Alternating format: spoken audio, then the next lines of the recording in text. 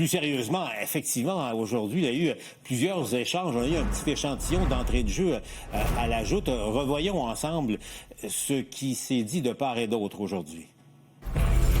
Le régime fédéral est un régime illégitime. Il est né d'une loi britannique, 1867, sans le consentement démocratique des Québécois. Il a fait l'objet d'une réforme en 1982, un rapatriement dans le cadre duquel, clairement, le Québec s'est fait avoir et n'a pas signé, donc pas de consentement. Ils font appel à la Constitution canadienne qu'on n'a pas signée. Malheureusement, pas signée. Parce je veux qu'on la signe un jour aussi.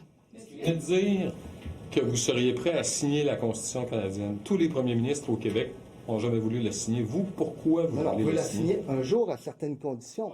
Ça, c'est parce que là, vous avez juste lancé ça comme ça. Expliquez-vous. À l'époque, le Québec a voulu la signer, à l'époque de Mitch. Et moi, un jour, je voudrais qu'on la signe également.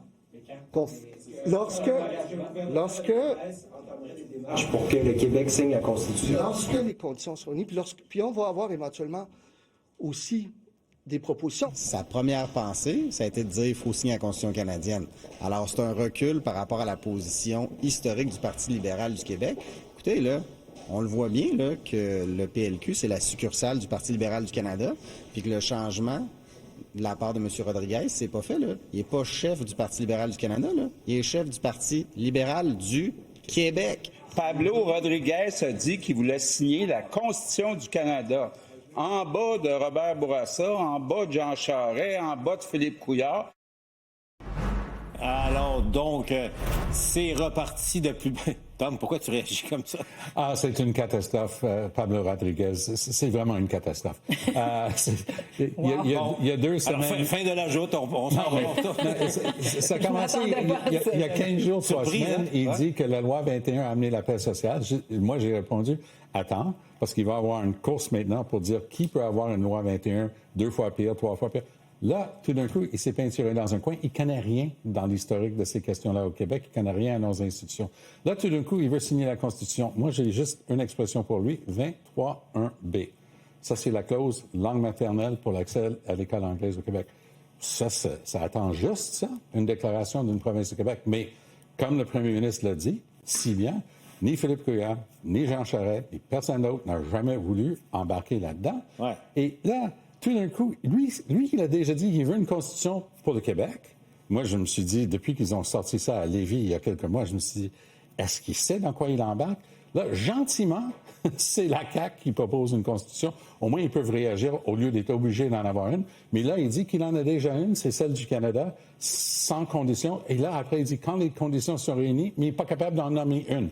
Allô, l'improvisation, c'est une catastrophe. Lucie, tu es surprise, hein? Tu l'avoues, là. Bien, je suis surprise des propos de Tom. Oui, on J'en s'entend. pense pas moins, moi, personnellement, parce qu'effectivement, Pablo Rodriguez, qui arrive tout droit du Parti libéral du Canada, pour qui, je veux dire, c'est eux qui nous ont mis la Constitution de 1982 dans la gorge. On se rappellera la nuit des longs couteaux. Et depuis ce temps, aucun premier ministre, Tom l'a dit, puis M. Legault l'a dit, et tout le monde le dit, il n'y a personne de fédéraliste qui a jamais accepté ça. On a essayé, il y a eu Mitch, il y a eu Charlottetown, le Québec a dit non, le Canada aussi a dit non dans une tentative de réconciliation parce que, selon eux, on demandait trop et pour nous, on ne recevait pas assez. Donc, M.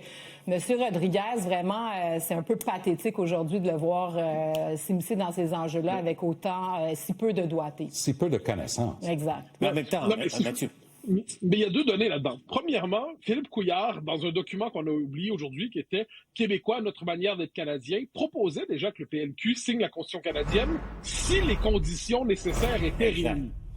Là, Rodriguez, il dit « Je veux signer la Constitution si les conditions sont réunies ».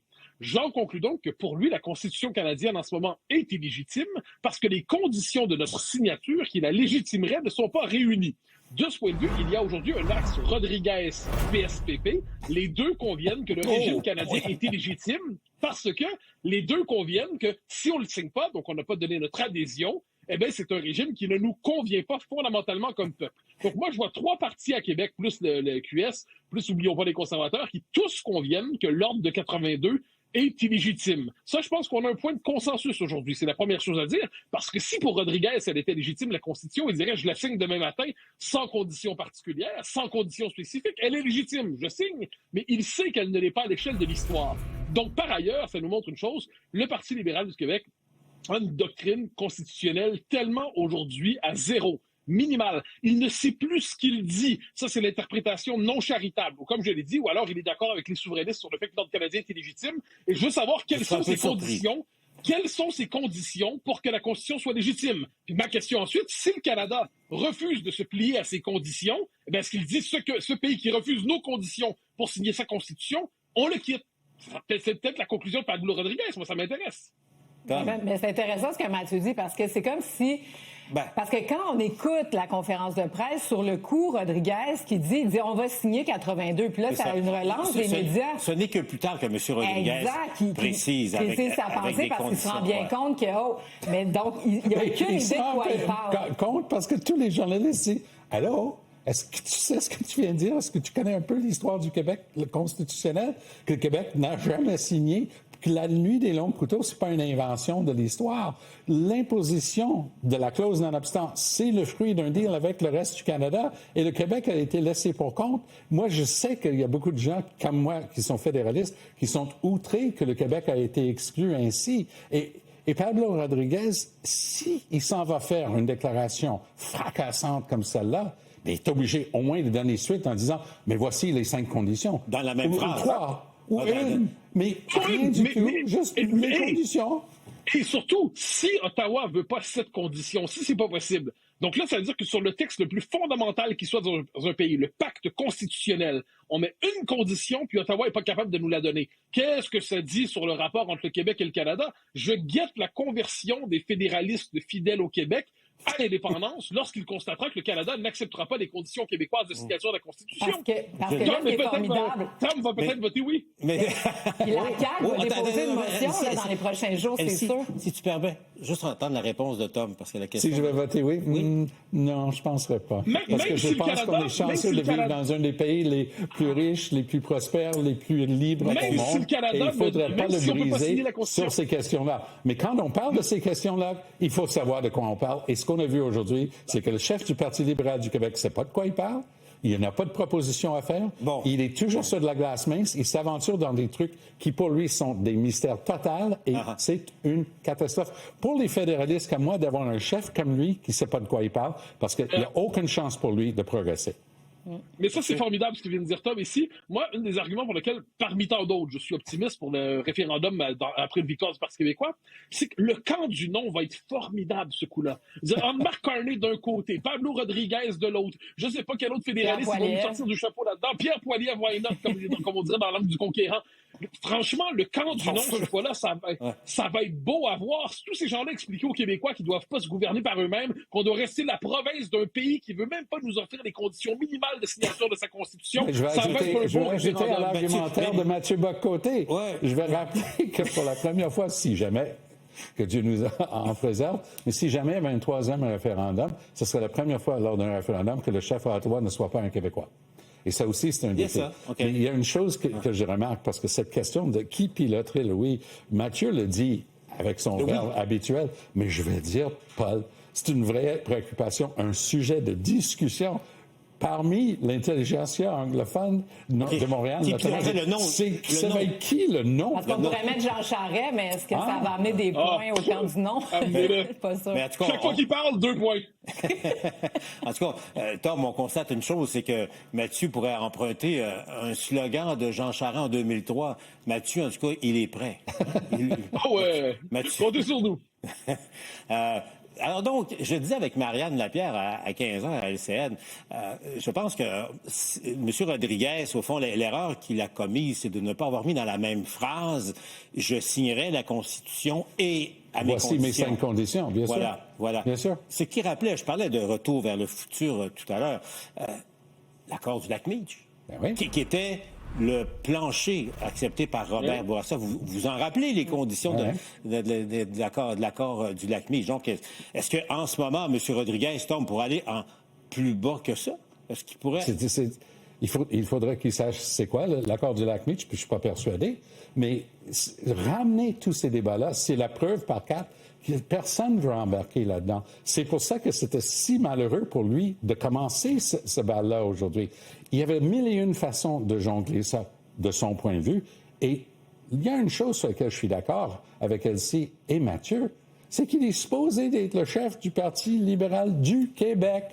Pas un succursale du Parti libéral du Canada, mais regarde la démographique du Parti libéral, les députés à l'Assemblée nationale en ce moment.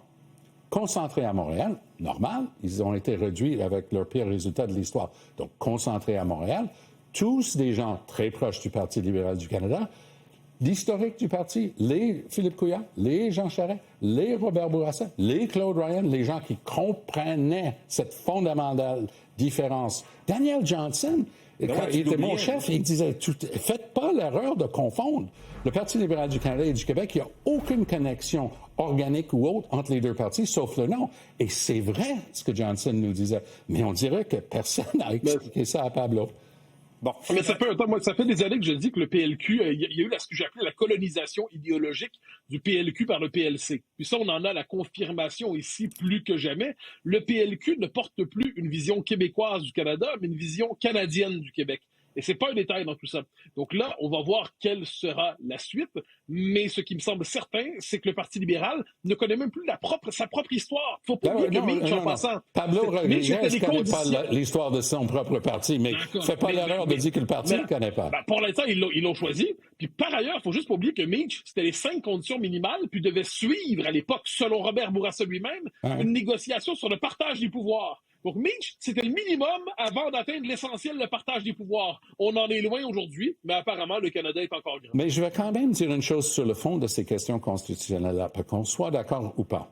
Il y a une erreur dans ce que Paul Saint-Pierre Plamondon dit lorsqu'il dit que l'acte de l'Amérique du Nord britannique de 1867, ça a été imposé, c'est immuable. Il y a 2 fois. Une fois que c'est déjà en vigueur avec la loi 96, et j'ai écrit contre le fond de cette question-là. Mais la technique utilisée par Legault était unique dans l'histoire du Québec.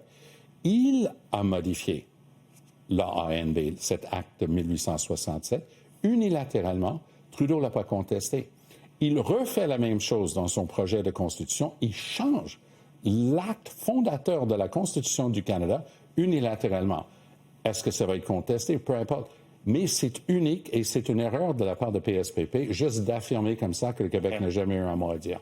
Donc, ça reste assez symbolique, merci. Oui, c'est ça, mais le fait que... C'est sur la langue française, c'est pas symbolique. Oui, mais c'est de leur dire « Allô, on a adopté une loi à l'Assemblée nationale. » Mais autrement dit, ce que tu dis, Tom, c'est que le gouvernement Legault, par son astuce... A innové. A fait une innovation constitutionnelle. C'est ça, mais il a mis le doigt dans le tordeur, un peu, là, en quelque part. Ils ont fait quelque chose de... Vous parliez de Constitution québécoise, parce que revenons à ça. Le mot Constitution, décidément, ça allume les passions.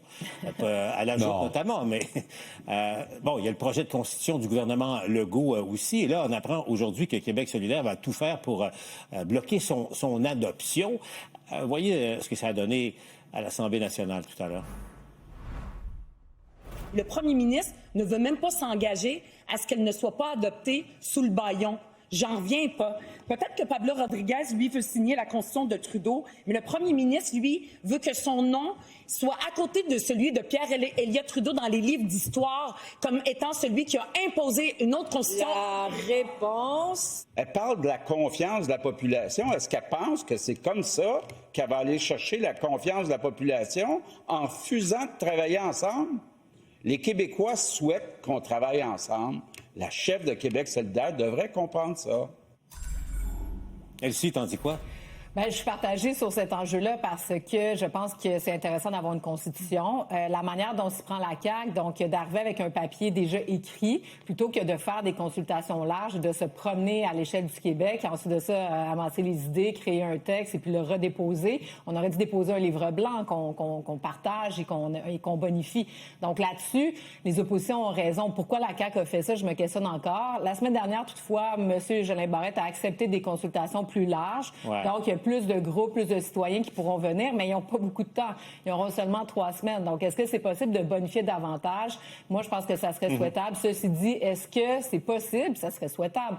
Mais que cette Constitution soit adoptée à l'unanimité, je ne pense pas. Parce que Québec solidaire et le Parti libéral ont déjà annoncé leur couleur, à savoir que la loi 21, le principe de laïcité, sont contre ça. Et puis ça, c'est un principe fondateur qui plaît à une grande majorité de Québécois. Moi, j'ai la chance d'avoir la capacité d'écrire dans les journaux. J'ai fait une critique assez détaillée de certains aspects de ce projet de Constitution. Mais comme personne qui a déjà mené une consultation à travers le Québec sur la loi sur le développement durable, je peux dire que c'est pas impossible du tout. Sur la base d'un document étayé comme ça, le projet de loi 1, il est détaillé, puis il amène 3 nouvelles lois. Tu peux pas juste dire, qu'est-ce que vous en pensez, puis commencer. Il faut commencer avec quelque chose. Et j'ajouterais que c'est pas juste au Parlement qu'il faut avoir la capacité pour les gens de venir. Quand on a fait la loi sur le développement durable, on est allé dans 17 villes à travers le Québec. Sortir de tu laisses les gens venir vers toi et t'apprends tellement de choses. Si la CAQ fait ça, je pense qu'ils vont peut-être pouvoir faire des évolutions. Ils ont encore le temps de le faire. Ce que M. Parizeau avait fait avant le référendum, avec ses commissions de consultation régionales et nationales. Rapidement, Mathieu.